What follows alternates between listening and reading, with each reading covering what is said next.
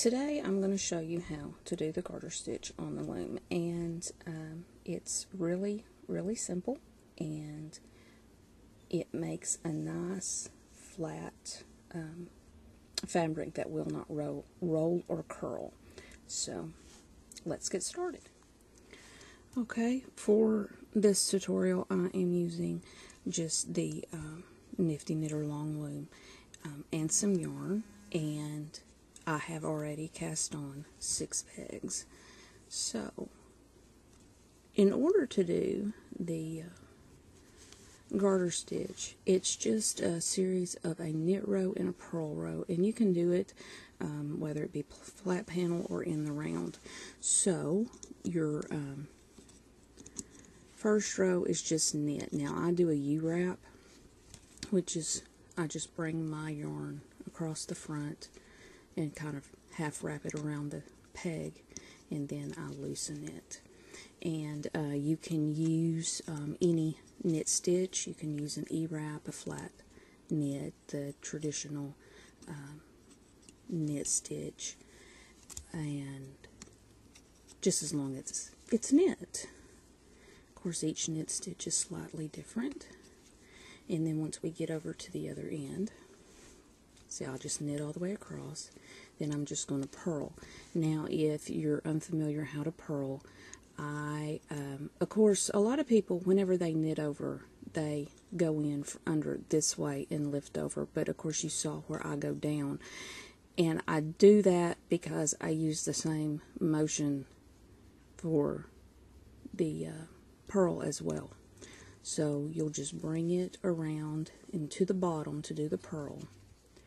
So you'll just take your tool down, make a new loop, bring it from the bottom, take it off, put your new loop back on. There. And then you'll have it to the front, to the bottom. You'll just pick it up with your working yarn to the bottom, lift it off, put it back, and pull it. And you don't want to pull it too tight.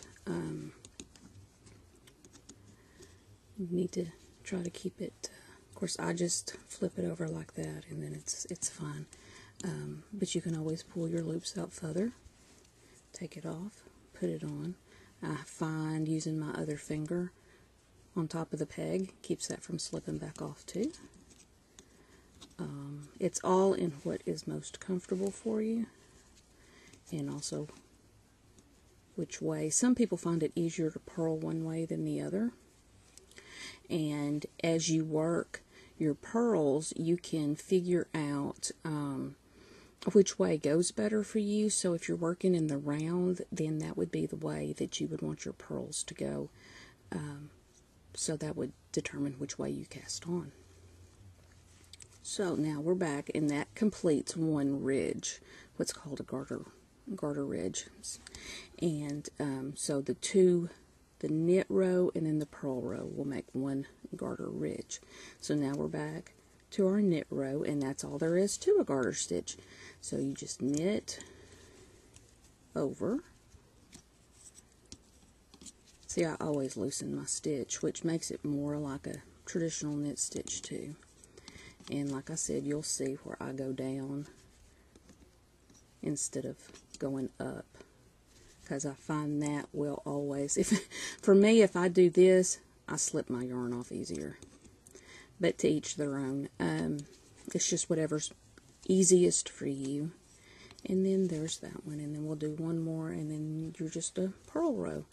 And always remember, to purl, you just take your working yarn to the bottom. Your knits will go to the top. Your working yarn will go to the top on a knit stitch and to the bottom on a purl stitch. There. So, stick that back on. And that's all there is to a garter stitch. Just a row of knit, a row of purl, and then continue. And you just repeat. Row of knit, row of purl. It works great for seeing now we have 2 garter ridges done.